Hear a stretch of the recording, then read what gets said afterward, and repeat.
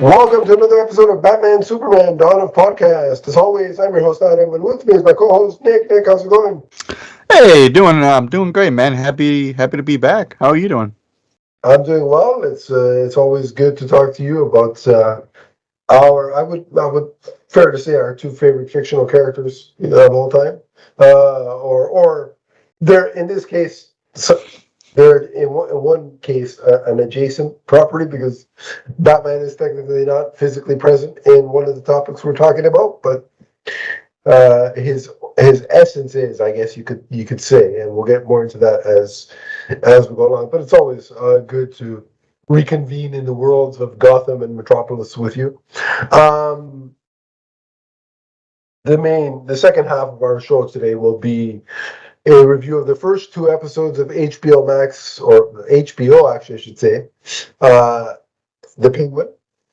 And then we are going to transition and talk about the first two episodes of the final season of Superman and Lois, which is, of course, on the CW. Hmm. So that's the meat and potatoes of today's show.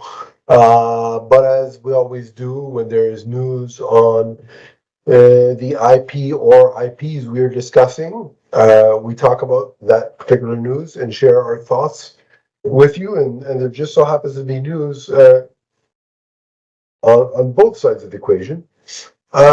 First up, as we know, the Supergirl Woman of Tomorrow is gearing up to start filming in, I believe, January, or at the very least early in 2025. Hmm. Uh, Greg Gillespie is, of course, writing the film. Directing the film, I should say. Anna Nagira wrote the film, more accurately, and Millie Alcock is of course starring as Kara Zor-El, Supergirl. But that's up until recently. That's all we knew in regards to the people in front of and behind the camera. But now we have a the I guess we can officially say, unless there's a surprise down the road, um, the main villain, and that will be uh, Belgian actor Matthias Schoenaerts. I don't know if I pronounced that right. Uh, who knows? But no disrespect if I did pronounce it wrong. But he will play Krem, who was obviously a villain in the source material, which was Supergirl Woman of Tomorrow, Hmm. the graphic novel by Tom King, written by Tom King, which is the basis and the title of this movie. So, Nick, I don't have much familiarity with this particular actor, although just looking at him, he does have a visual similarity to, or a visual look similar to the comic book character of Krem. So, what are your thoughts on this casting, and are you familiar with this actor? Yeah, I'm not familiar with this actor entirely. Gauging, what the consensus is online is, he seems to be a very well-rounded television actor. It seems like I know he has a lot of television-based credits, so clearly he's like a new up-and-coming star, and I think you kind of hit the nail on the head. I think much like we've seen with the castings in the DCU up until this point, he certainly has the look for this character. And kind of like what this signifies to me is that this is going to be a full-on adaptation Mm. of Woman of Tomorrow. If they're going to go ahead and cast the main villain of that book, I think that just kind of shows you that they are fully adapting the Woman of Tomorrow Sure. storyline. So Mm. I'm gonna put my faith in the casting in this one, because not like there were too many people on my radar for who I think Karm could be. Yeah, it's kind of hard to But do. it's kind of hard to to do that. So I'm gonna put my faith in the casting directors. I'm sure he's gonna do a great job. And I think the most exciting part is now that Superman's done, we're moving on to the next one, which is Supergirl. So I like that the cast of Supergirl Woman of Tomorrow is starting to round out because now you got characters like Ruth. Who else? Who else knows who could pop up. But so now we got to find our Ruth, and now let's see what else we get in Supergirl and much more. But I think this is a safe choice. I'll say so. I don't have any issues with it. Yeah, to me, just actually, just to clarify, some of his credits. He starred in the Golden Globe nominated Marion Cotillard drama Rust and Bone. He co-starred in the Jennifer Lawrence spy thriller Red Sparrow and the Charlize Theron action thriller The Old Guard. So those are some of the projects that he appeared in. Again, like I said, to me, um, I don't have. I did watch the Old Guard a while back. It's been a while, so I don't have a visual memory of him. But he looks like the character, and I'm gonna trust, Greg Gillespie, James Gunn, and their casting team Mm-hmm. because these are the same people that cast, at least the casting team, are the same people that put the Superman cast together. Mm-hmm. So right now they have my utmost trust. And like I said, the guy's got the look for the character he's playing. Um, I haven't heard any chatter. Not that this is necessarily the best barometer, but I haven't heard any negative chatter regarding his acting ability. So all those things, I'm excited to see what he brings to the role, and also I'm excited to see the other roles fill out. It does suggest that this casting does suggest that like you said, that we are getting a very faithful adaptation of the storyline from the comics. That's not to say that they may not add things to fill it out a bit more. That could certainly be the case, and they could add characters that are potentially part of the Supergirl mythology, but not Mm-hmm. that weren't necessarily part of that comic book to just flesh things out a bit more. But I think we are going to get a relatively on point adaptation in terms of being faithful to the book that it's titled after. But again, no doubt casting will continue, and like I said, I like what you said. Now that Superman is finished filming, it's nice to see that there's a constant continuation of next project up is just flowing Yep. right into production. It's the same way. If Superman finished up, and look what we've had. We've had Peacemaker is filming Mm-hmm. season 2. Supergirl is in the casting phase. Green Lantern or Lanterns, which is essentially Green Lantern, is also in the casting phase. Uh, these things just continually to move, and again, there's no behind the scenes drama of Mm-hmm. the studio, editing and panicking and making changes on the fly because like I don't. Now, granted, it wasn't a DC Studios production, but at least so far, the studio isn't panicking in regards to what happened with Joker 2, or as I call it, Clown 2, because Oof. even Todd Phillips is saying, well, Arthur Fleck was never the Joker, so Oh. I mean, if he's saying it, I'm just going to call it Clown 2 and his crazy girlfriend, because that's probably what it should have been called. But I digress. But my point is, the studio isn't panicking in regards to, oh my God, we've got to change everything. In fact, I like the fact that James Gunn just come out when somebody asked, why wasn't the DC Studios logo there? And James Gunn just replied, because it's not a DC Studios production. Yeah. It's like, he's like, I washed my hands of this one. It wasn't me. Oh, good on So, him. I mean, there it is. It's just so there's no panic. It's just let's Yeah. keep the ball rolling. Which is look, if you have confidence in the people that you put in place, that's what you should do. Mm-hmm. So I'm glad to see that is happening. Also, still in the Superman realm, before we shift over to Gotham City news. Um, Superman, of course, even though it's done filming, apparently, according to the trades, Alan Tudyk is going to be in the film in a quote unquote secret role, and that's pretty much all we know now. This could be one of two things, Nick. This could be he's just transitioning over from Creature Commandos as the character he's playing from that. He's voicing from that. But my thought process was, well, if that's what he was doing, why would they just say that?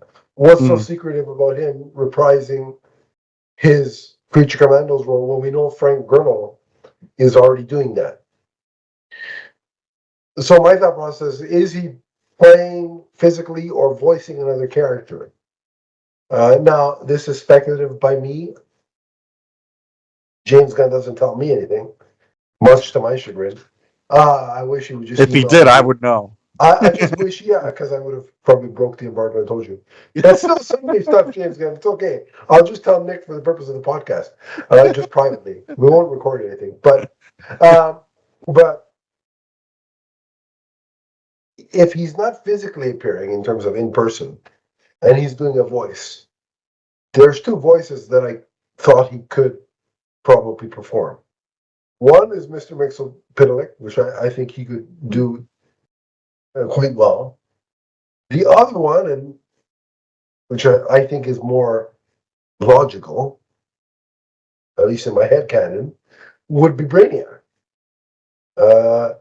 What do you think the situation with this is, Nick? Do you think he's just playing Dr. Phosphorus in live action, I'm or like is it something else? the easy logical answer would be, to save everybody that headache would be that yes, he's just transitioning, Hmm. from and voicing Dr. Phosphorus in animation to appearing in live action. But I think you make a valid point. They probably would have just said it, much like Frank Grillo was already announced as Rick Flag was it senior, Yeah. to fully be in Superman. Um, Mr. Mitzelpick is a good choice. I can see James Gunn going for something like that. Brainiac, I'm sure, would satisfy everybody. Mhm. Everybody's needs it if that is the case. We still don't have a Joel, so is he maybe That would is be he a weird. Joel? He'd be a weird choice for Jor-El. But I can I'm hear just him as I'm Brainiac. throwing Yeah, like I can hear him as Brainiac. I can hear him and see him as Mixel-Pitalik. yeah. I can't see him as Jor-El. Yeah. So I'm kind of thinking in my head, I was like, all right, what characters Maybe he's could Van he? Wayne from the Powerless show. Right. Maybe James Gunn is bringing that back. Wouldn't surprise Yeah. me. Yeah. I'm gonna say he's Dr. Phosphorus, so just because it seems like that Creature Commandos, already one of them is coming over. Anyway, It makes sense well, that somebody else would. unless James Gunn tells us ahead of time, Yeah. we're probably gonna have to wait till July 11th of 2025. So, Yeah. but we'll keep waiting Yeah. on that one. In terms of shifting over to Gotham City and the news coming out of Batman's world, there was a report, an exclusive. I don't know if it was the Hollywood Reporter or Deadline, but there is some sort of Bane Deathstroke film in development at DC Studios, written by the writer of Captain America: Brave New World. Um, the a lot of the trades ran it as Bane Deathstroke team up film, Mm. but Deadline clarified that what they're hearing is that it's a film that involves Bane and Deathstroke, but there's no clear consensus of whether it is a, let's say, just to use the analogy, a buddy cop villain kind of setup, or if it's they're part of an ensemble, and they just happen to be two players in that ensemble group cast. Um, I tend to, of course, again, James Gunn didn't come out and say, "Hey, this is true, this is fact." And I just want to caution people: we can't expect James Gunn every time there's an announcement to come up and say, "Yeah, this is it." Like he's not going to do that for every announcement. My understanding is that James Gunn will only debunk something if it is so out of the route, like totally false. Mm-hmm. Then he'll come out and say, "No, that's not accurate." But like in the case of when they're screen testing actors, he's not going to come out and say, "Yeah, that guy's testing and that guy's like." We can't expect every time there's a report that James Gunn's going to add a stamp of yes, that's happening or no, that's not. It's unrealistic with everything the guy has to do. But just from my personal thought process, if this project, develops and eventually moves forward to where it's given the green light, Mm-hmm. I tend to think it would be an ensemble thing that Deathstroke and Bane are a part of, as opposed to it's the Bane Deathstroke version of Batman versus Superman kind of thing, where it's a they fight or team up or whatever. I think it's more of they're part of an ensemble, and if I take it that way, if I had to guess, this is probably a cold talk for Secret Six. Mm. Is just my guess. But what's your take on all this? Yeah, I mean, like there's obviously like a few factors at play. Like obviously, like James Gunn not confirming or also denying it is interesting, even though the trade's fully landed as it's a Deathstroke, Bane team up movie. Even though the article states that it could very well, they could just be two central figures, in a larger movie at hand, right? Like Thunderbolts or Suicide Squad, kind of something like that. So a Secret Six movie down the line would not shock me whatsoever, because I know James Gunn has kind of talked about his admiration for such property in the past after Suicide Squad. So that wouldn't shock me at all. These two characters being announced, in this movie, when we've still yet to get the DCU off and running. So an announcement like this is like, is this something like you're just throwing at a dartboard hoping it sticks, right? Like this is something like the DCU would have announced when their universe is still kind of, trying to, get running, kind of get back on its feet a little bit. So the placement of this announcement is a little bit odd, considering, on that Chapter 1 slate, this was nowhere to be hinted at nor announced. Superman hasn't came out yet. It may not Right. even be Chapter 1. Right. Which, you know what I mean? So it's that's important to get. The important thing to keep in mind is the fact that it was listed as early, or it was stated as early development, right? And remember, one of the reasons why I think James Gunn hasn't said anything is because he said they're only going to move forward when they have a script that they're confident in, and then give it a green light. So if this doesn't, in James Gunn and Peter Safran's eyes, if this doesn't have the green light, then there's no sense in them coming out and talking about it. Right? Whereas the old DCEU regime, the old Warner Brothers regime, will just say, "Yeah, let's comment on everything. Let's say everything's happening," and then 3/4 of it didn't happen. Whereas here, it's like, unless we tell you it's been greenlit, then don't hold your breath over it, right? Mm-hmm. So that may be when people ask themselves why James Gunn hasn't come out and commented on it yet.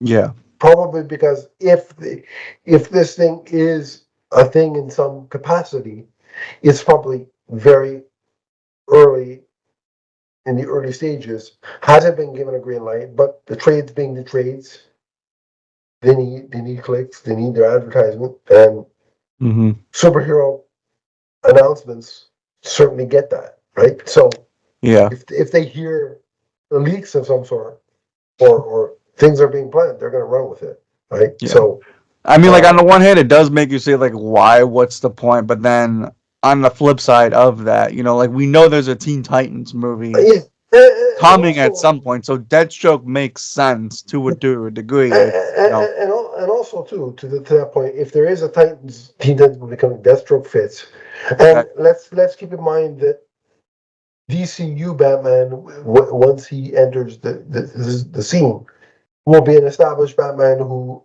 has already been through a couple of Robins. So being out there and existing is not shocking either, right? Right. So again, this could be a project that is way further down the line, but the breadcrumbs of it leaked, and hence there was the announcement.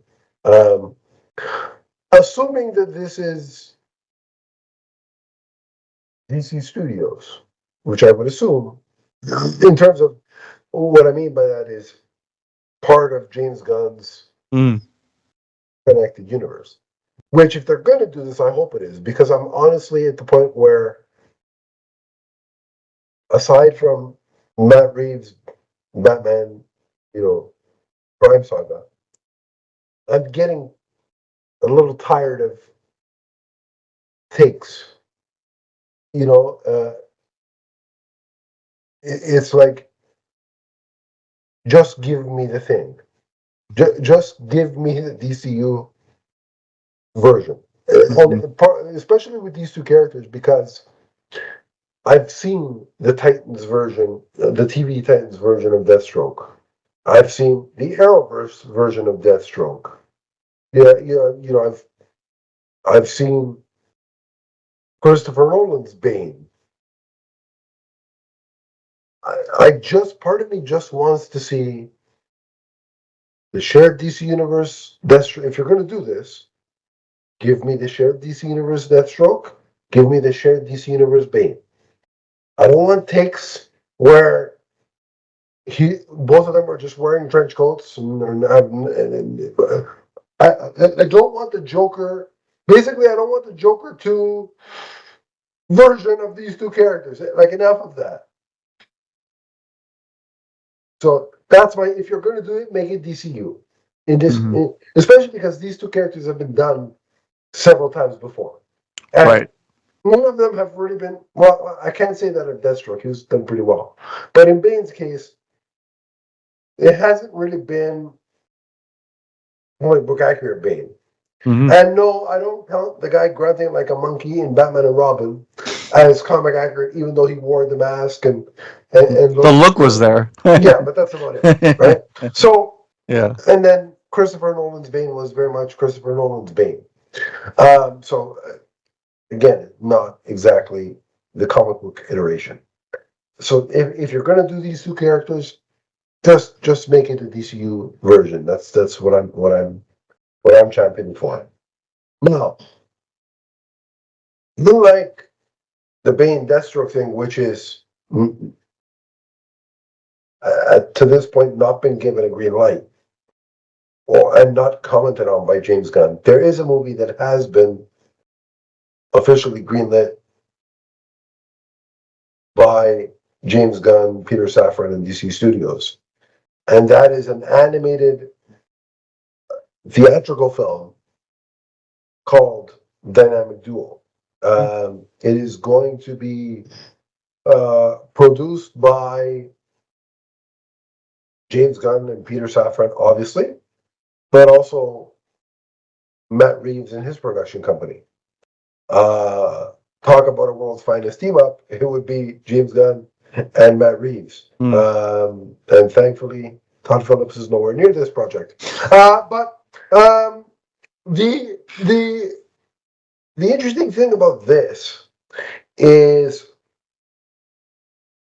James Gunn actually gave he had some comments on it, and basically gave a lot of details.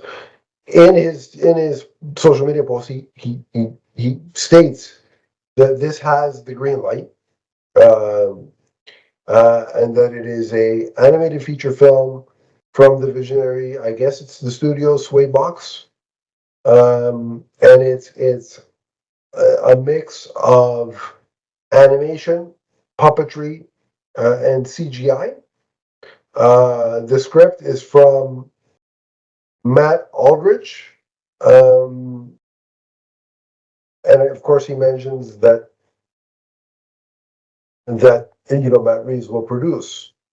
In Matt Reeves's statement, he further clarifies that he's been looking forward to working with this Waybox team and this particular writer in telling a Batman and Robin story.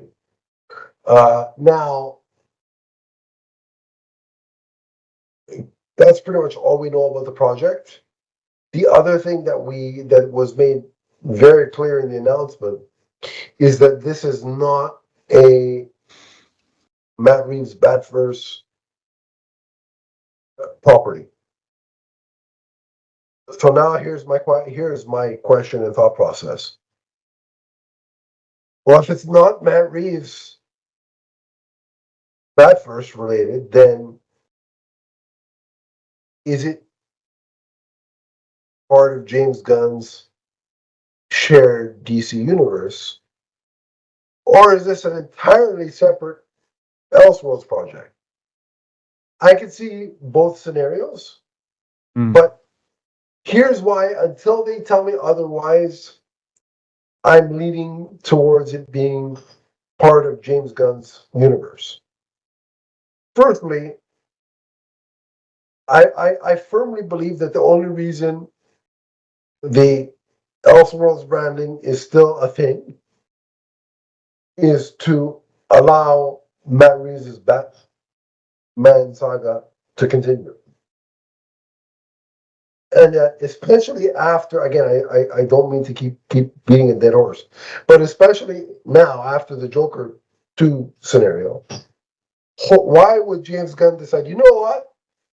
I'm going to greenlight another Elseworlds project regarding Batman's world. Like, it just, to me, it's like, let the Batverse. My thought process on his thinking is, let Matt Reeves and the Batverse have its own space, but everything else is going to be part of my thing. Again, especially after what they're seeing with Joker. So that's one thing. The other thing is the presence of both Dick Grayson and Jason Todd. If your DCU Batman feature is going to introduce Damian and presumably Dick Grayson as Nightwing in that film, what better way to fill in some gaps than have something like Dynamic Duo tell the early days of Batman and some of the other Robins, so that way when we get to Brave and the Bold, they can just jump right in to whatever story they're wanting to tell. And the reason why I think this is possibly DCU is because James Gunn has already said that there would be back and forth between animation, live action, and those characters would cross over. And also, James Gunn is a big fan of the Spider-Verse, so the fact that he's doing a big screen 4 theaters animated feature is not surprising. The other interesting thing too is, and I think we know Sony well enough to be able to make this statement. If Sony could have their way, Spider-Verse would connect to the live action Spider-Man and MCU stuff. If Sony had their way. Difference is they can't do that because of the back and forth between them and Marvel Studios. DC doesn't have that problem. So if they want this animated feature to be part of the DC universe, nothing is standing in their way. So those are the reasons why I think it could be DC Studios. But by the same token, maybe James Gunn just wants to tell a story, a cool DC animated project featuring Batman and 2 of his Robins. And I could see either being true. But right now, until I'm told otherwise, I'm leaning that it is in the DCU. But what are your thoughts on all this? Yeah, I mean, I think you're 100% right now. This better be DCU based, because if it's not, then this kind of puzzles me. Because not that I don't love these 2 characters, I love Dick Grayson and I love Jason Todd as characters. I love the Robin aspect of Batman. So these 2 being in a movie together, I have no problem with. The Swaybox animation part of it, the puppetry, mixed with some CGI and live action. Um, Pretty it, cool. it It looks it pretty it interesting. Yeah. differentiates it enough to where it's not just copy and paste another pointless DC animated movie and hoping it sticks. Like it seems groundbreaking enough, Yeah. to where the risk might be worth the reward in that regard. The dynamic duo aspect feels a little bit weird to me because obviously like it's Batman and Robin. But I think this would have been a better launch pad if it was like Dick Grayson and Damian, because then you can fully launch that into the DCU. You can use that as like a backdoor introduction to Damian, and then at some point, if you are doing Batman and Son as your adaptation, this movie could have very well played with the idea that Dick Grayson was Batman with Mhm. Damian at a time, or you could have just paired Dick Grayson and Damian for this movie, and then there's your gateway to Batman for the Batman and Brave and the Bold movie. Mhm. Um, but this is also theatrically based too, which interests me because this is something that I could easily see like on Max, as well. So the fact that they're going full theatrical with it, which means that there has to be enough confidence in this project for sure. But yeah, this Well, definitely has to be the fact that they're going DCU. theatrical means it's Batman. Like Batman's there. Yeah, Because yeah, I mean, Robin is a popular character, yeah. but to put butts in seats,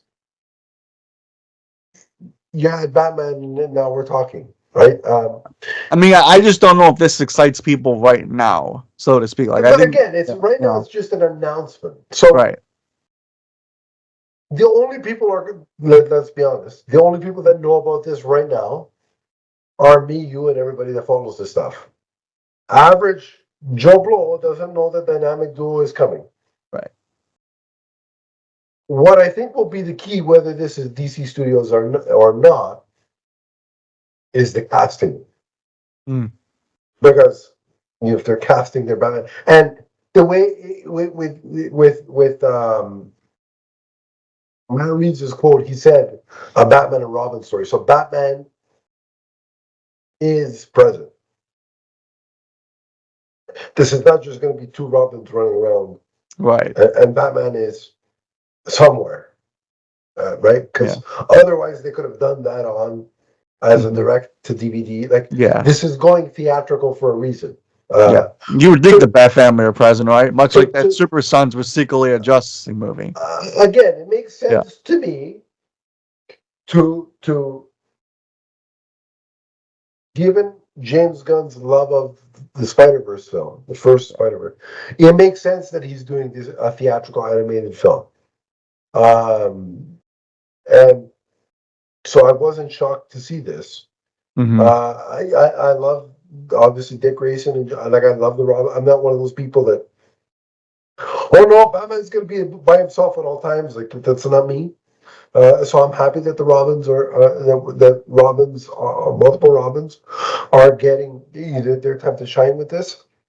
But again, this has been given the green light, so we're bound to start getting casting relatively uh, soon. Um, Maybe this is something that James Gunn speaks more about. Like maybe we find out whether it's DCU or not at New York Comic Con because James Gunn's going to be there. Sure. So that could be a thing that we discover more of. But I'm again when I saw their animation reel, I'm like, oh, they're blending animation, puppetry, and live action, and Hmm. that is a unique thing. And the key for something like this, whether it's DCU or its own thing, what I hope James Gunn and his team look at is a smart release date because what's been proven with animated films is the release date needs to be such that look, you hope that all ages go watch your animated project, especially you know again kids, adults, and everything else.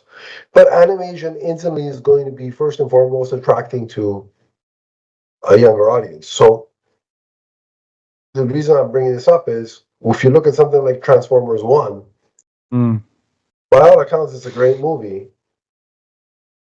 I think the reason why it's struggling at the box office is a terrible release date.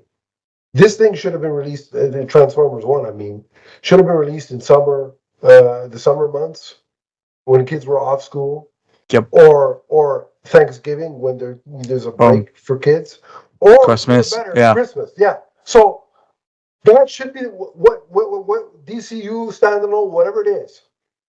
The key factor for them is get the right release date. Don't release this in October when kids are back at school. Doesn't make sense. So that's when you're dealing with an animated theatrical feature, anytime you can put it during a holiday period, that's the way to go.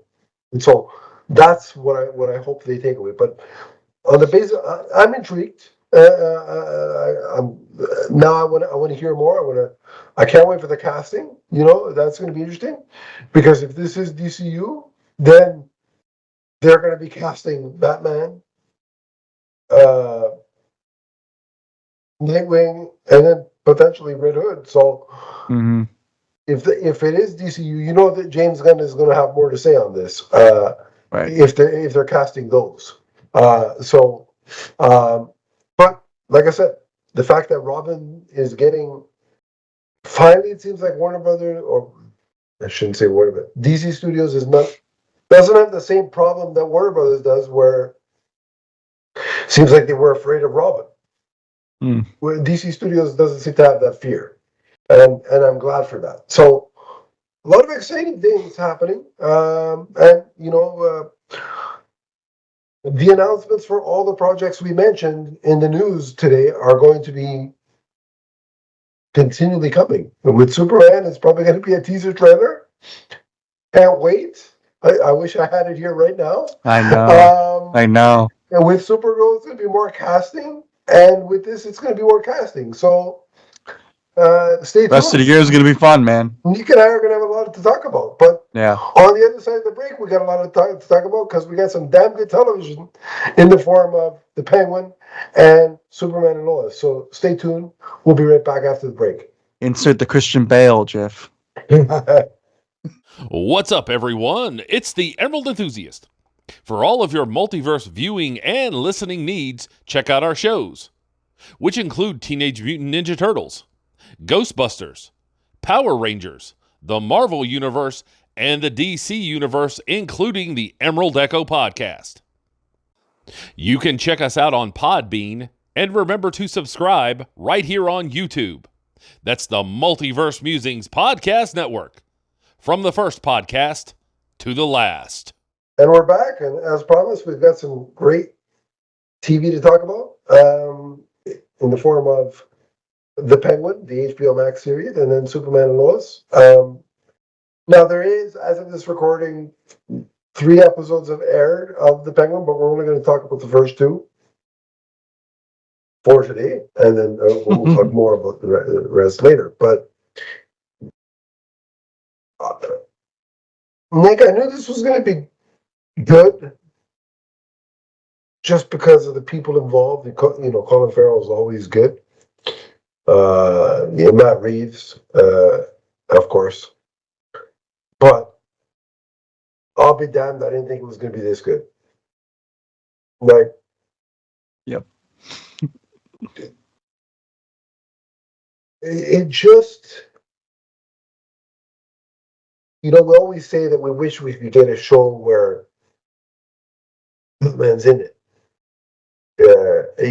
That's something we've talked about before.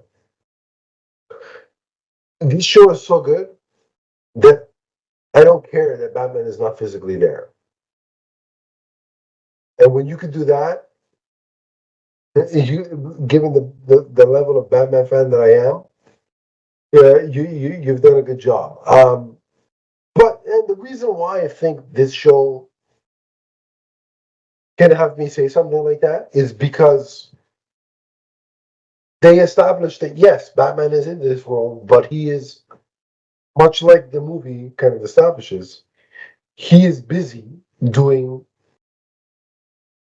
with the bigger threats, and you're sucked right into this world when the opening is the news report of the fallout from the Penguin's attack. It's talking about the flooding and the effect that the flooding's having, and that Batman is there helping to, rescue people. So it makes sense that he wouldn't be keeping tabs on what's the Penguin doing, what's Oz doing, and which, in the grand scheme of things, his understanding of Oz is that he's an underling to the Falcone family. In Batman's eyes, he's not something I have to worry about right now. He's small time in Batman's eyes, right? So makes sense why he's not, peeking in every corner to see where's the Penguin. What's he up to? But so you get that news report that kind of right away it thrusts you back into that world, and I love that. And then immediately you see Penguin trying to do whatever is necessary to fill that vacuum the end of the film, the crime vacuum left by Carmine's death. You see him go to the Carmine's office and breaks open the safe, and he's got evidence on he's got evidence on one of the councilmen, he's got evidence on Johnny Beatty, like he's got evidence on everybody. And then the scene with that opening scene with Alberto, that conversation So good. was incredible. Like you learn so much in that exchange. Oz's history with Carmine in terms of Oz would try and he'd take a little extra cash for himself, and Carmine wouldn't care because it wasn't enough to hurt him. But it kept Oz happy, so it's like, if I keep him happy, he'll be a good servant of mine, a good underling for me, and so. But it's also why maybe other people in the organization don't really respect Oz. Alberto is one of them, and then this is what causes the problem is that Alberto directly laughs at Oz, basically saying, "You're a lackey, you're nothing." He calls him the Penguin, and then starts laughing, and that sets Oswald off immediately. And I got to be honest with you, I wasn't expecting him to just shoot him dead. Like that in and of itself. And I guess this is because I've read The Long Halloween, endless amount of times, and I kind of was thinking, he's going to adapt Long Halloween, and then here's Alberto just dead right off the top. Like, okay, never mind, that goes out the window. But it was such a tense conversation. Like it was an uneasy conversation, even though they're being friendly and laughing at the beginning. It was such an uneasy conversation, and the acting was incredible.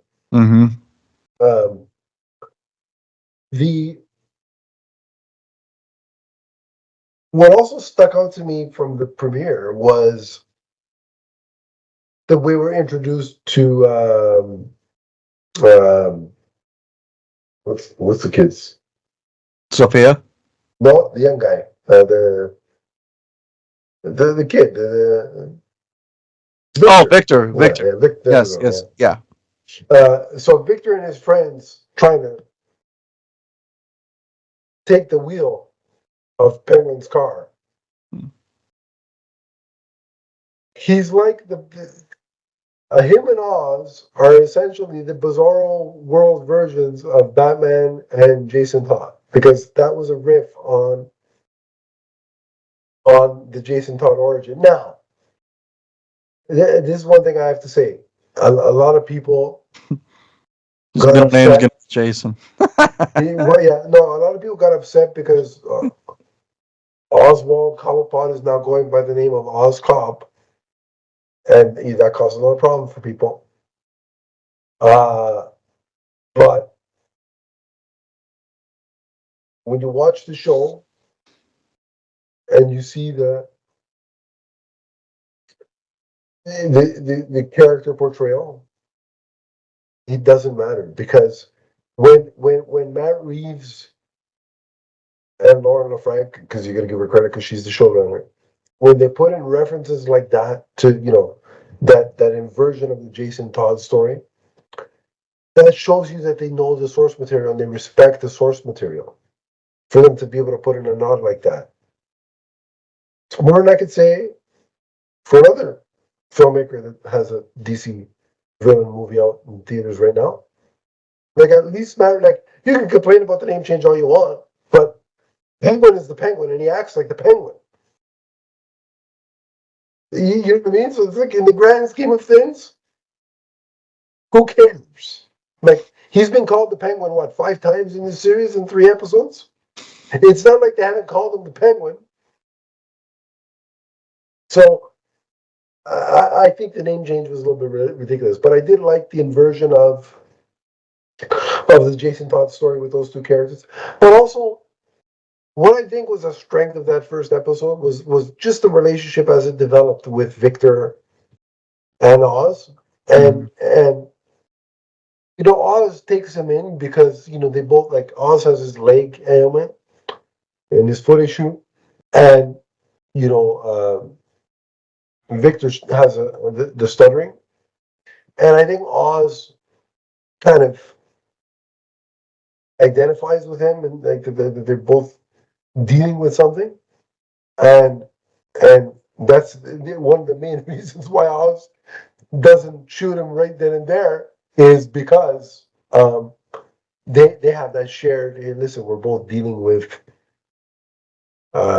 something, and sometimes that thing that we're dealing with causes society to think less of us or look down on us, and so Oz, says, "I'm going to give this kid a break." I think he sees a lot of himself in Victor, and that's why he ultimately spares him, not without threatening him, of course. But yeah.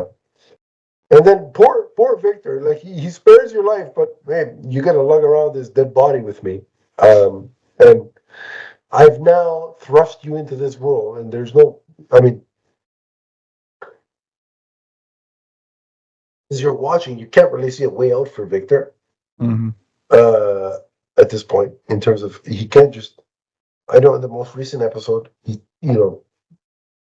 Penguin said you could leave at any time, but from Victor's point of view, especially in this first episode, how can he? Like, where's he going to go?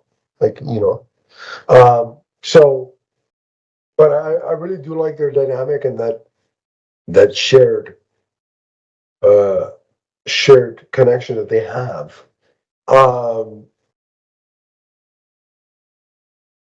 And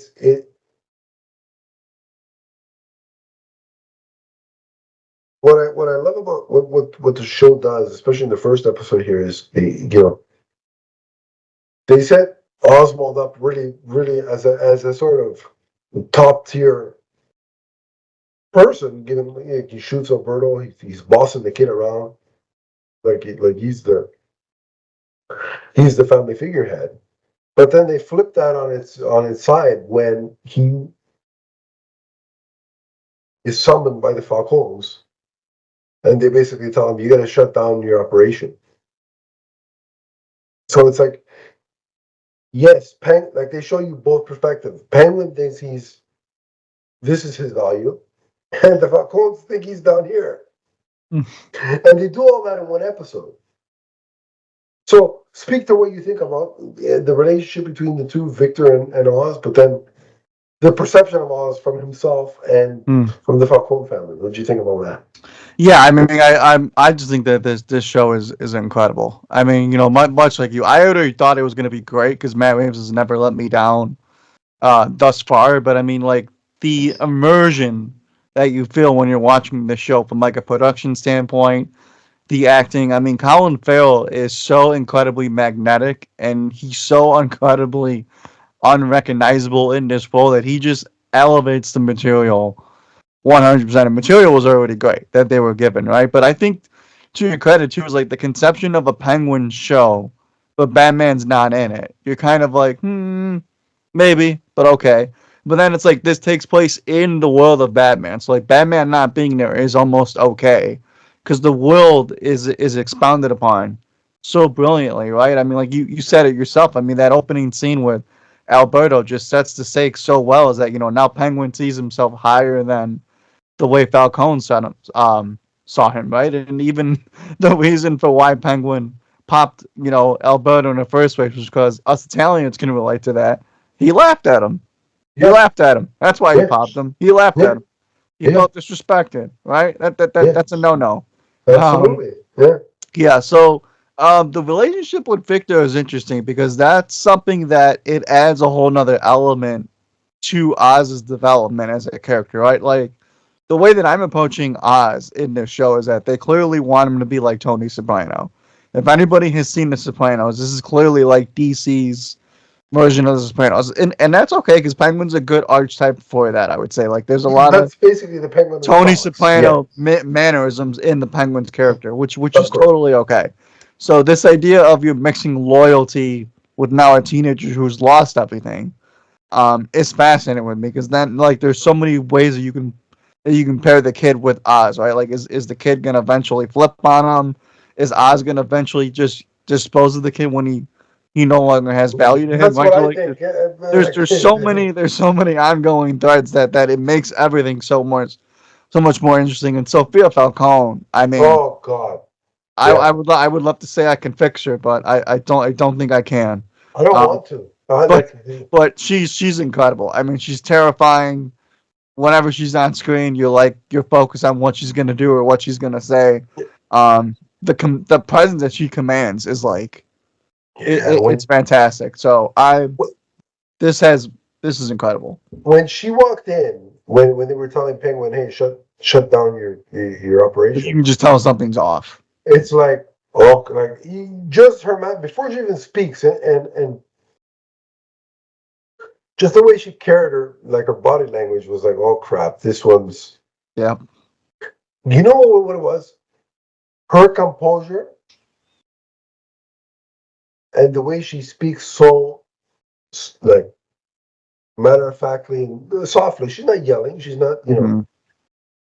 But the calmness really tells you how unhinged she is. I know it's a dichotomy, but you know what I'm saying. Mhm. And again, you said I don't know if I can fix her. I don't want to fix her. Give me that crazy because Kristen Milioti is on the list. There you go. But I, and also, I think we'll see that pen later on in the show. Just saying. yeah, she may be look like she may be insane, right? But Very. she's very smart because she asks Oswald, "Hey, have you heard from Alberto?" And he gives some roundabout denial. Tries to walk out of there when he brings her up, so she knows something's up. Like she doesn't trust him right off the hop. So she has her guys followed. Her guys follow him, and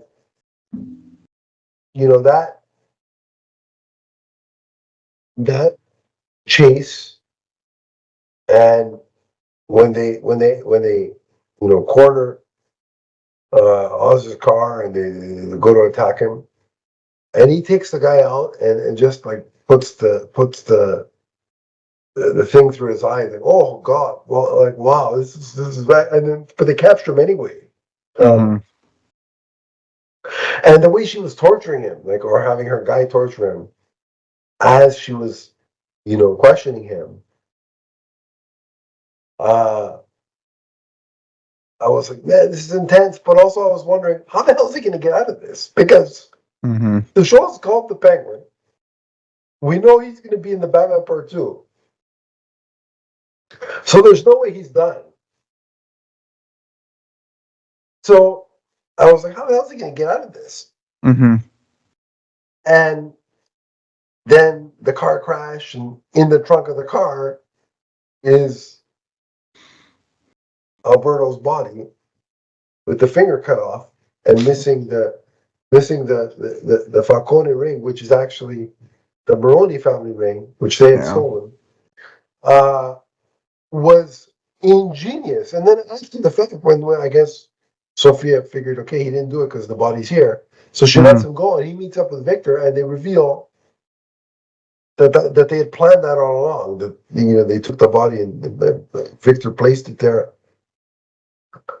I'm like, man, Oz, he is really, to the detriment of others, like they overlook him, and it just shows you how cunning and smart he is too.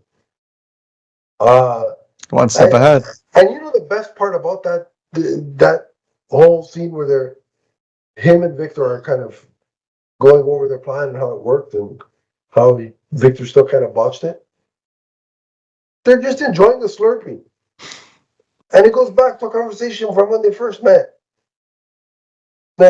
So it's the mix of all this insane mob stuff going on, but they're talking like two casual acquaintances over a Slurpee. You know what I mean? It's like the dichotomy of all that is insane. And again, it's one thing that the show does well that I don't know that we mentioned. It gives me just enough sympathy with Oz, and it's through his mother. You see through his mother, and she's clearly suffering from probably some form of dementia. But you see that he cares so much for his mother, and how much he cares for her. He has a caregiver looking after her. Everything he's doing, it seems like part of it is obviously self-serving for Oz himself and gaining the power, but part of it is to give his mother a better life. And on that level, you can't help but sympathize with him. So right now that balance is working. At some point, they're gonna have to make me not sympathize with Oz anymore. Because if he's going to be a villain in the Batman Part 2, I can't be thinking, oh, but poor Oz while Batman's beating the living tar out of him, right? So at some point, they're going to have to make me not like Oz, but that day is thankfully not today. Do you want to rate the first episode now, or you want to rate both of them at the end before we move on to Superman Lois? We can probably rate it now. I mean, I thought this was like as terrific of a premiere. So letter grade, as you can get. What would you rate the premiere? This is an A+ for me. I thought this was as terrific as a premiere as it gets. Yeah, without question, it's an A+. Yeah, for me. And shockingly, the second episode is even better.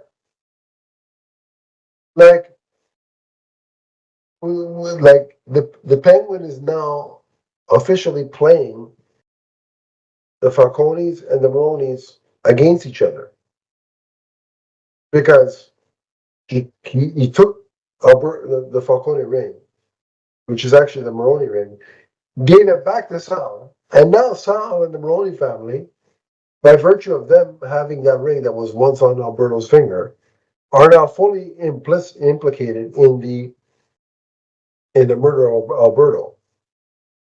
So Sophia and the Falcones now think there's a mole in our organization. Meanwhile, the Maronis think, okay, Penguin's going to cut us in on the drops, scenario. Meanwhile, he's trying to gain access to whatever the new drug that Alberto told him about before he killed him. So all these crazy machinations are going on, and again, Oz is put in some really hot water when the Falcone family they grab one of the Maroni underlings and kidnap him. They're kind of sort of interrogating for information. So it doesn't look good for the Penguin. Mm-hmm. So now he has to take care of this Maroni informant that he thinks is going to be turned and give him up, but also not make it look like he is responsible. And the way he does that is ingenious. He First of all, he wants the guy to say that it was which name did he tell? What name he gave him one of the names. He told him which name to say. Which it was essentially Sophia's new driver that he wanted to implicate as the mole. Mm-hmm. But then when he realizes that his plan's not going to work, he kills the Maroni informant. And then, just as basically the Falcones sort of decide we're going to question everybody at this gathering to find out who the mole is, and Penguin's got the knife that killed this mole on him.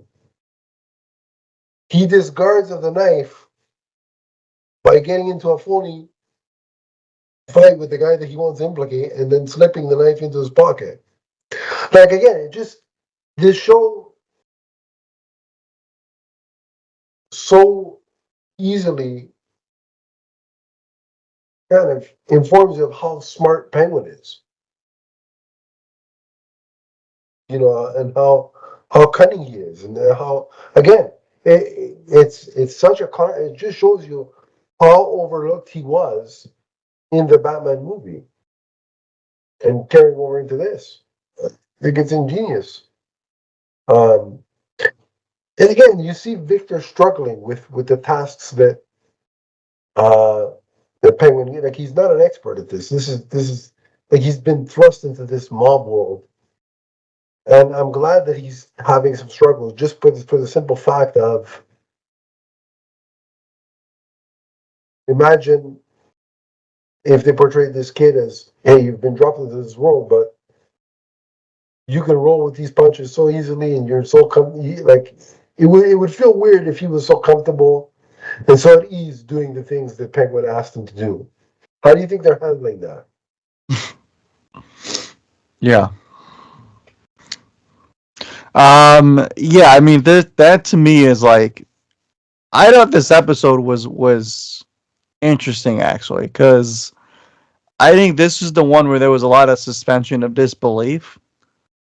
Just involving Penguin's character, like, the way that he I mean there's things that I can nitpick, like his idea of, like, he literally sticks his whole gut, his whole hand inside that guy's gut with the blade, and he so easily manages to get all the blood off, when those of us know that blood ain't thicker than water, man. Okay, that you get a paper cut, that thing don't go away in 2 seconds. There is definitely some suspension. It stays with you for about a week.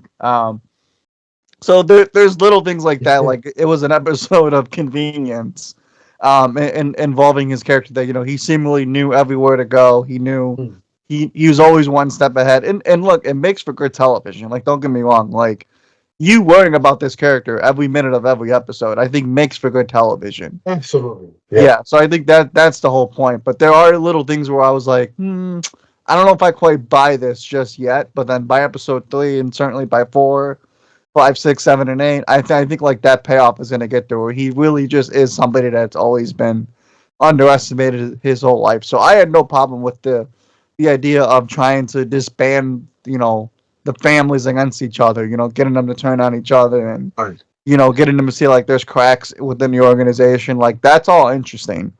But I did just have some gripes with the presentation of Oz's ability to like get out of all these situations so willingly and so easily.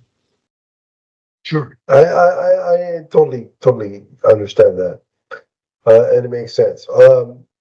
The interesting thing to me is when there's a scene where Penguin is burying the bodies of of the guys that he killed, and he gets mad at Victor because Victor almost got caught. Yeah. trying to implicate. Hard lesson to teach. Yeah, and so he has him bury these two guys, then tells him to get in the grave, and again threatens to kill this poor kid. And I'm like, and it's funny in that moment where he's standing over the grave and he's yelling at the kid, and he's got the coat on, he's got the whole look. I stopped and I said to myself, man, that's the Penguin 100%. Like, Colin Farrell, I think, is putting on a performance as this DC villain that rivals, or that's up there, not rivals, but it's up there with Heath Ledger as a Joker. I think, you know, and the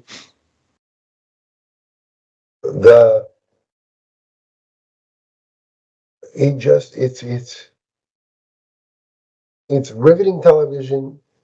You're sucked into the world.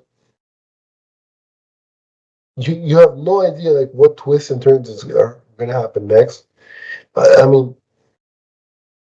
if this is going to be the partnership between HBO and DC Studios, holy crap! Everything that we're going to be getting is going to be 100% appointment television. The the takeaway that I think the important thing about this episode is we now have the alliance, the supposed alliance of Sophia and Oz, and that's going to be interesting to see play out because, unbeknownst to both of them are kind of unaware, but they're vying for the same position, right? Mm-hmm. In the family. And what's interesting about that relationship is the exchanges that they've had. Even though Oz had a hand in, at least from the bits that we're told, had a hand in getting her committed to Arkham, it does seem that there is some sort of care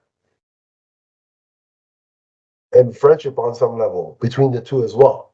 So it's a relationship that you could see both flourishing if they would let it, but also could explode at any moment. And that's why I think there are scenes when they're together are so phenomenal. So we had that scene with the Penguin and the burying of the bodies, but also the other scene that hooked me in the episode was the beginning with Sophia, the flashback or the dream sequence she had at Arkham. Mm. Like, that whole sequence was like, man, what the hell happened to her in Arkham? Which we're going to get a glimpse of next episode 4, I should say. Mm-hmm. But man, it makes me hope that Arkham show that Matt Reeves recently said is being rethought of. I hope something set in Arkham comes to fruition because that could be fascinating as well. Anything else stood out for you in episode 2 that you want to make note before we rate it? No, I'm just outside of the nitpicks, like you said too, this is still a very entertaining week to week HBO show. So even though this one I don't think was as strong as the premiere, it's still an incredible television. So what would you rate it in terms of? I'd give this one like a B plus. I'm gonna give it an A- just because the things you pointed out, it was a little bit ridiculous, but you have to suspend a lot of disbelief. But the rest of it was still so riveting that it can't be denied. And again, wait till we talk about episode 3 because oh boy, that was a good one, a really really good one too. So that'll come next episode. But we're gonna move on to Metropolis, or more specifically Smallville in this case. to talk about the 2 hour season premiere of the final season of Superman Lois. Just to give some background, Nick, we've talked several times about our appreciation or love for the show, even though technically we haven't really reviewed it on the show until now. But so love the show. The first 3 seasons were fantastic. I won't lie. At the end of season 3, when they had the Doomsday face off and they ended with the two flying towards each other, about to punch each other, it was exciting, but I was also hesitant because it was clear that season 4 would be the death of Superman arc being adapted. Now, I love that comic book story. It's a great story. However, if you look at the death of Superman adaptations, we've had a grand total of 5. So the 2 animated versions and 3 live action versions. Smallville attempted a version, although it didn't really involve the actual death of Superman, but it was still taking cues from that storyline. Then we had Batman vs. Superman, Dawn of Justice. I don't need to tell you The most infamous one. how I feel about that. Just go back and listen to several episodes. And now Superman does it. So I was like, again, really, we're going to do the. Of course, I was going to watch because in the last season I loved the show, but I was like, I guess here we go again with the death of Superman. So I was hesitant. But what I'll say is, they convinced me. They pulled it off. At least 2 episodes wise. I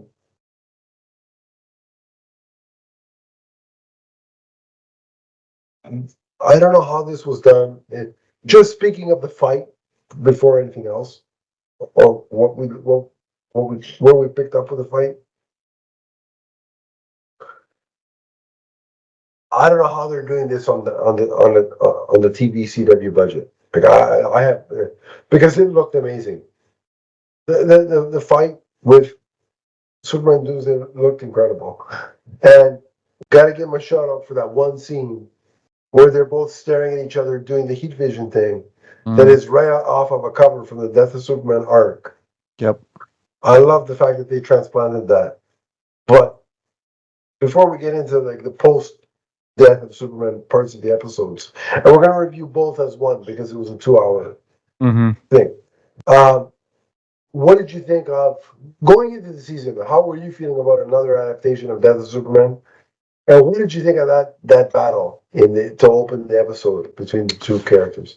Yeah, so I'm in the same boat as you. I was a little skeptical of the decision to for them to see another adaptation of the Death of Superman, but it's like the flip side. Like we knew like this was going to be the last season, so in a way, it almost seems fitting that they would try to honor the what the show was able to accomplish by doing the Death of Superman, and then ending with this bright and hopeful return of the character. Because I mean, what this show truly established, I don't think it's enough credit. The way that it was able to really restore the prestige and the love and the admiration that Superman brings, to the world, I thought was completely beautifully done.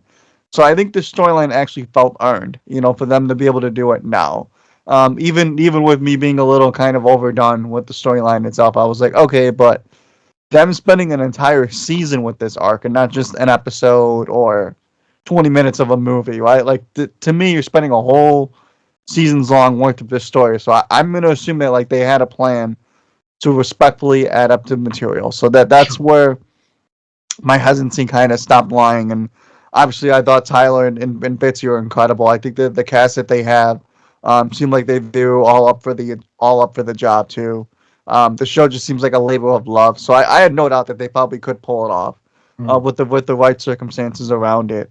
I thought the fight looked incredible. I mean, I was on the edge of my seat. I thought the visual effects look great for a television standard, let alone a CW budget like that. Yeah. I thought it looked phenomenal. I thought the emotional stakes were there.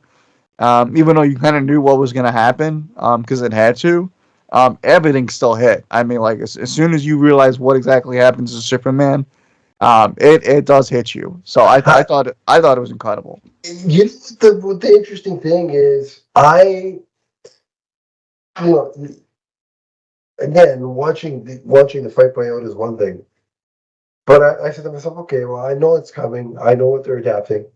Mm-hmm. I've seen this 5 times, you know, in different variations, but still 5 years.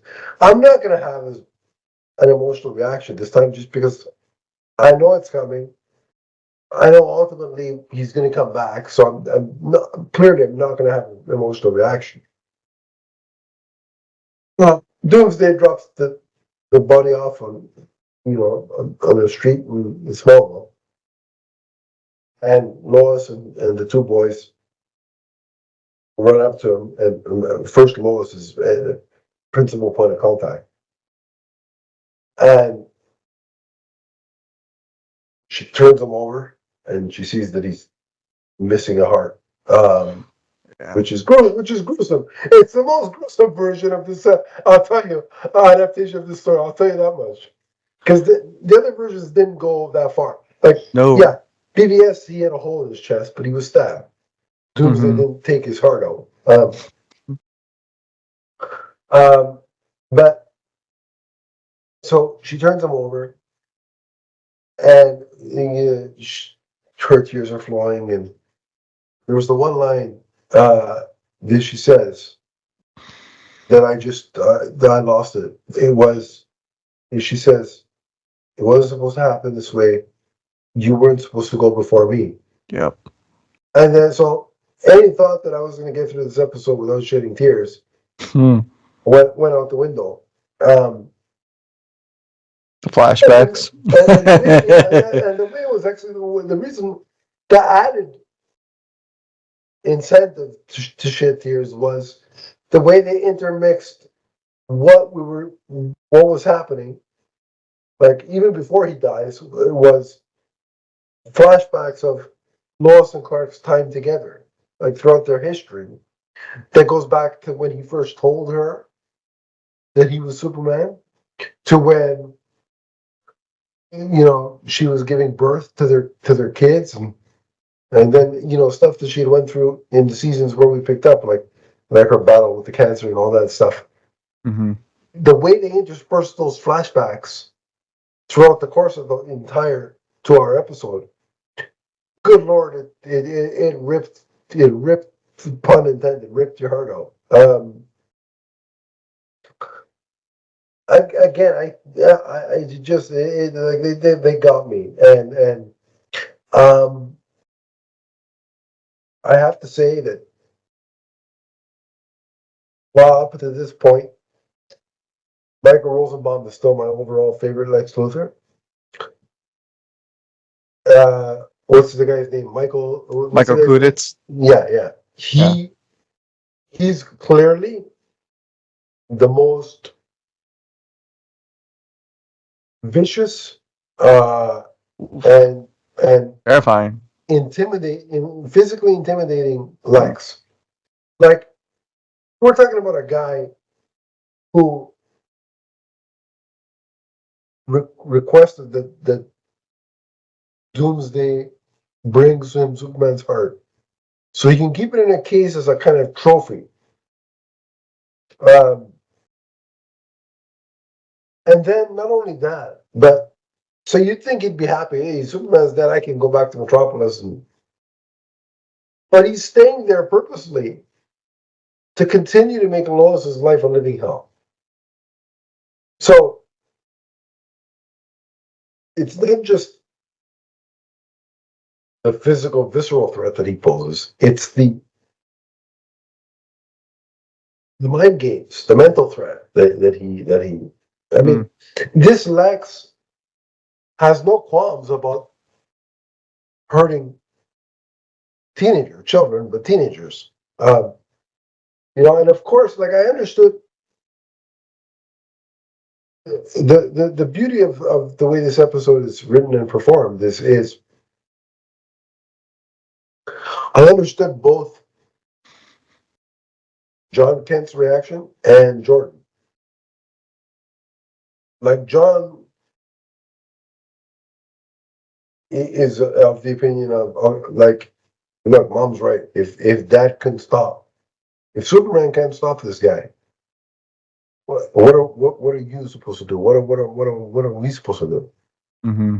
Meanwhile, Jordan, having the powers of his father,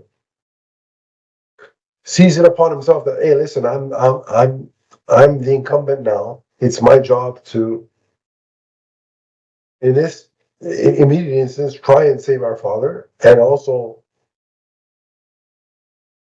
but also bigger picture, to be the protector of the, to take my father's place as the protector of the world.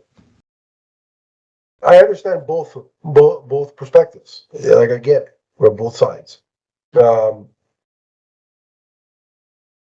the logic of, well, because his holographic grandmother, when he took Clark to the fortress and she put him in stasis, said, well, if I had the heart, yeah, there may be a situation where we could save him. So he goes on this hunt for Superman's heart. And Lex, once he figures it out, that Clark Kent is Superman and that Clark Kent's children are Superman's. And the reason he figures it out is because Jonathan is so enraged that he takes that makeshift costume that he has and confronts Lex in public and threatens him. And that's how smart. Also, as intimidating as Lex is, he's very smart because he quickly put two and two together. And that's when he decides, I'm going to set a trap for both kids, really. And he puts the heart out so enough so that Jordan can hear it, and then lures him to like a dock with all these cargo areas and stuff, and then uses kryptonite to kind of subdue him, and then has the heart laying in front of him, and decides just to mess with this kid even further. He steps on and crushes Superman's heart. Like again, when I say this is the most visually disturbing and violent iteration of this story, I didn't think I was going to see Superman's heart A, ripped out, and then B, crushed by being stepped on. Like, these were not things I had on my bingo card for things I'd see in live action.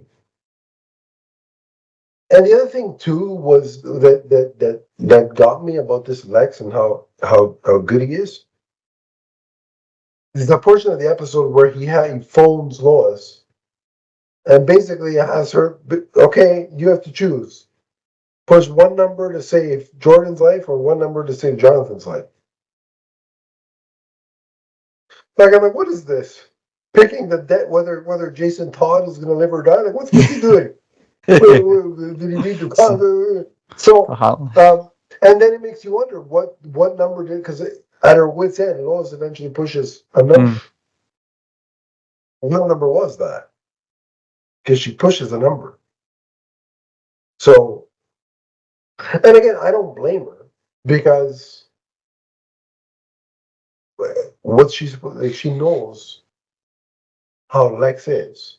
I'm assuming she pushed the number for Jonathan just because, to her knowledge, he doesn't have powers. And so she figures, okay, Jordan will be okay because he's got the powers. But I don't know that for sure. And I really actually liked how Lana had, like, I loved her reaction. I thought it was very well played, the way the writers and the way the actors portrayed Lana's reaction to all this. I thought, what do you think of all that? Yeah, I mean, again, I think, the establishing the core element of this show, meaning that, like, you feel the impact of his loss, in episode 2, I thought was brilliant, because then I think the way that it follows up from a different perspective, right, where it's like, the way that the first episode, the premiere ends, it's through Lois and the kids' perspective, whereas episode Yeah, 2 opens and it's through the citizens of Smallville's point of view, seeing right. Superman on the ground. So that again, it establishes the impact that Superman has, on the world and of Metropolis. Easily the most diabolical Lex we've ever had. I think that's no question. If not, he's definitely one of the most diabolical versions. I Oh mean, yeah, this guy literally steps up to a guy with superhuman abilities and literally tells him, if you're gonna come at me, you better not, hesitate, right? I mean, mm. sits next to the kids in the diner, like as if like he's got nothing to worry about. Yeah, Steps on a heart. I mean, like we don't even see that in regular shows. I mean, let alone a villain doing that to somebody else. So that was just like brutal to watch. So, mm. I've actually had the illustrious honor of seeing episode 3. I will say so. A lot of what you just said, I've already seen the payoff to. I won't spoil anything, but I will say that it is going to be a tearjerker. So if you cried your eyes out, in the first 2 episodes, wait till you get to episode 3. Okay. So everything that you said is validated, and again, I gotta commend the performances, in the show again, because I thought using Tyler Hoechlin clearly in flashback form, while we know that he gets back eventually. Yeah, Um, I'm very curious because I think that could be a very impactful, powerful way to go about his absence. And I think Bitsy Tulloch, who in my mind's been carrying the show since season 1, um, don't know how she hasn't had an Emmy nomination, let alone a win, because I think she's that damn good. So, yeah. I think that we're in for a hell of a ride between the Suns trying to pick up the load on their dad's absence here. And I loved seeing like Lana's daughter Sarah try and help Yes. the whole small town coming together feel, and like even the one citizen who figured it out that hey, like based on Lois's reaction because he lost his wife, right? And so based on Lois's reaction, he Right. figured out that Not hey, not that far fetched. Yeah. Clark must be Superman because otherwise why is she reacting like this? But like he's like, you know what? Out of respect for everything Superman's done for the world, I'm gonna keep this to myself. Right. I thought that was very powerful. The Did you notice the reference to Brainiac in the I think it was the second hour when Lex's assistant, girlfriend, whatever you want to call her, um, brings him the box to hold the heart, Mm. and she said she's talking about the scientist that worked on it, and his name is Milton. That's And then fine. Lex says, "Oh, don't give that Brainiac any more reasons to have a bigger ego or whatever you said." So, are they going to at some point in this 10 episodes give us a version of Brainiac? And is he going to be played by Tom Cavanaugh? Because we know Tom Cavanaugh Mm. from the Flash fame, Flash TV show fame, Yeah. is coming on, and I think that could I be would the say role I he's playing. think he's confirmed to show up in some aspect. Yeah. So I think that could be the role he's playing. Hmm. Uh, Another plot point to be mindful of is that Lex is focused on one of the reasons why he's pissed off that he spent 17 years in jail was because he had his daughter taken away from him, and he's intent on finding her. And that daughter will be played by Elizabeth Henstridge, who was a Marvel mainstay on Agents of Shield, also on the list. She's going to play his daughter. She's also directed some episodes of Superman Lois, Mm-hmm. Superman Lois in the past, so that's worth Very noting. cool. Yeah. So that's going to be a plot point that I'm interested in we'll watch it play out because Lex does have a daughter in the comics, and much like they kind of set up here, she does not condone or get along with her father. So that will be an interesting dynamic. And again, another scene that broke me was the final scene where Lois and the boys realize, okay, we don't have the heart. Yeah. So there's pretty much no way we're going to be able to bring Dad back with better saying goodbye. And then in the fortress, he had created a hologram of himself. And I guess that's how we're going to see that. Plus flashback is probably how we're going to see Tyler for at least a couple episodes here. Yeah. Going forward. But him saying, I'll be in the fortress in this form whenever you need. You need advice. You need my help. But outside in the world, it's just the three of you. Just such powerful stuff. Yeah. I gotta echo what you're saying in the like I think throughout the course of the 3 seasons now I think Tyler Hoechlin has been a fantastic Superman. Yep. The only thing he would be ranked, he'd be if it were the only reason he's not at the top of my list in both categories, like Superman and Clark Kent, is because we haven't gotten enough of, in my opinion. Like, I know he could do it because of the brief spurts that he has to have to show it, but I don't think we've got enough of reporter Clark Kent for me to place him in the top of both categories. Sure. But he's been a fantastic Superman. He's definitely up there. I mean, we'll have to do a ranking episode. Maybe once the series is done, we'll take everything into consideration and do a ranking episode. Sure. But he's definitely up there. But I gotta say, with the first 3 seasons and now these first 2 hours, man, Bitsy Tulloch. She was in my top 3 before. I think with the addition of last night's episode, I think she catapulted herself to my number 1 spot. Yep. Because not only is she playing the fearless reporter, the no-nonsense reporter Lois Lane, which she handles in spades. Like, it's not even funny how seemingly effortless it is for her. But she has been, I think, more than any other Lois Lane in live action history, has been dealt with such she's had to handle very serious, deep storyline situations more than any other Lois, I would say. And she's handled all that as well. And I just think it's a wonderful performance. She's fantastic. There have been a lot of good Lois Lanes, but man, is she's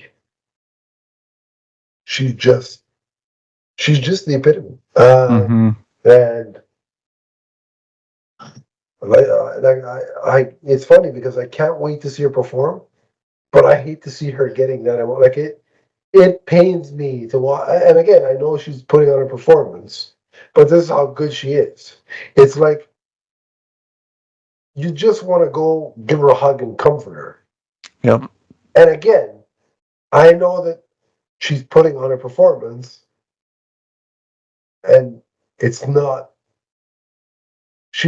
really suffering that emotional trauma.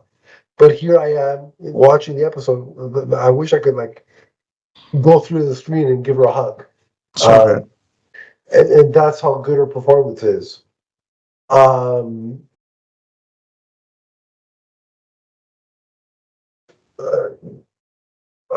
It's just I can't wait. From starting the season, we're like, I don't know if I want to see the death of Superman again. To be like, can I have episode 3 right now? Or can the whole season just drop like a Netflix thing so I can binge 10 hours of it? Yeah, it's gonna be. It was fantastic. So, I mean, I can't heap him enough praise than we already have on it. What would be your letter grade for this 2-hour premiere? This to me is an A+. I think it subverted all my expectations that I already had going in. And again, I implore you that if you're a DC fan, you should be watching this season. Yeah, if you're watching this 100%. because some ridiculous CW bias, get over it and watch this because it's Yeah. fantastic. Yeah, I think we're in for a real treat. I think. Now, before we wrap up, I gotta say, like and maybe I'm getting ahead of myself. I don't know what the future holds, but this season of Superman Lois is very monumentous. Not only because it's the final season of this series, but I have a feeling that this is going to be the last time we see Superman on television for a while. Mm. Yeah. Unless that Superman in question is David Cornswet and he appears on HBO related Right. Through spin-off the series. DCU. Yeah. And if I am right, and let's say they reserve him just for the movies, and even if he doesn't appear in many HBO stuff, it's going to feel like a little bit of a loss not to have Superman on TV. Here's why. For as long as I can remember of my lifetime, there's been a Superman related show on TV. If you think about, like, in the late 80s, it was the Superboy live action television series. There was a spin-off, sort of Superman the movie adjacent kind of a deal. Then we had Lois and Clark for 4 seasons, right? Then for 10 seasons, we had Smallville. Then for 2 seasons, we had Krypton. And now for 4 seasons, we've had Superman and Lois. So from the time that I was 5 or 6 years old to now me being 41, Superman's always been on TV. And now after this, it's probably going to be a while before he's on TV again. Don't get me wrong. I'm thrilled that he's going to be in Superman in 2025 in the movie. And I hope there are many Superman sequels with David Cornswet after this. If the reason he's not on TV is because we get 6 Superman movies, I'll take the damn trade-off. But there's going to be a void on TV. And Superman television has carried the torch for this character when the movies have floundered.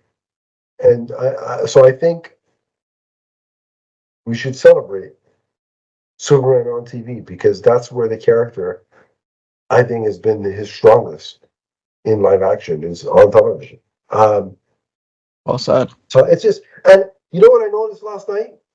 By the way, it's an A+ for me if I didn't say it, but you know what I noticed last night? Somebody posted a fact that 28 years ago yesterday was the marriage of Lois and Clark on the TV show Lois and Clark. So as I'm thinking, I'm going through it, I've watched his origin in my lifetime as a fan from 5 or 6 years old. I've seen his origins with Smallville, his time as Superboy with the Superboy TV series. I've seen him sort of in the prime of his career in Lois and Clark. I've seen him get married on Lois and Clark. I've seen him have kids and raise those kids on Superman and Lois. And now I've seen the character die on Superman and Lois. And I even saw a version of Kingdom Come on the CW crossovers. I've seen the touchstones of this character's entire life on television. And my takeaway from that is that's monumentous, but also, man, did it make me feel old. So I just want to point that out. So I've seen from his birth to his death and everything in between on television. Boy, do I feel old. So I just thought I'd point that out. But that's pretty much it for this episode. It's a longer one today, but man, we had a lot of stuff to deal with. And it's a lot of great stuff. It's a great time to be a Superman fan. Seems like a great time to be a Batman fan, given what Matt Reeves and James Gunn are cooking up. And I think in general, it's a great time to be a DC fan because I think we've got so many good things coming. And we're going to be along for the ride. Me and Nick are going to have you covered with Batman and Superman. We're also going to be bringing Chris along for the ride. As you've seen, he'll be here too for some stuff too. Donnie and me are going to cover all of the Green Lantern stuff, like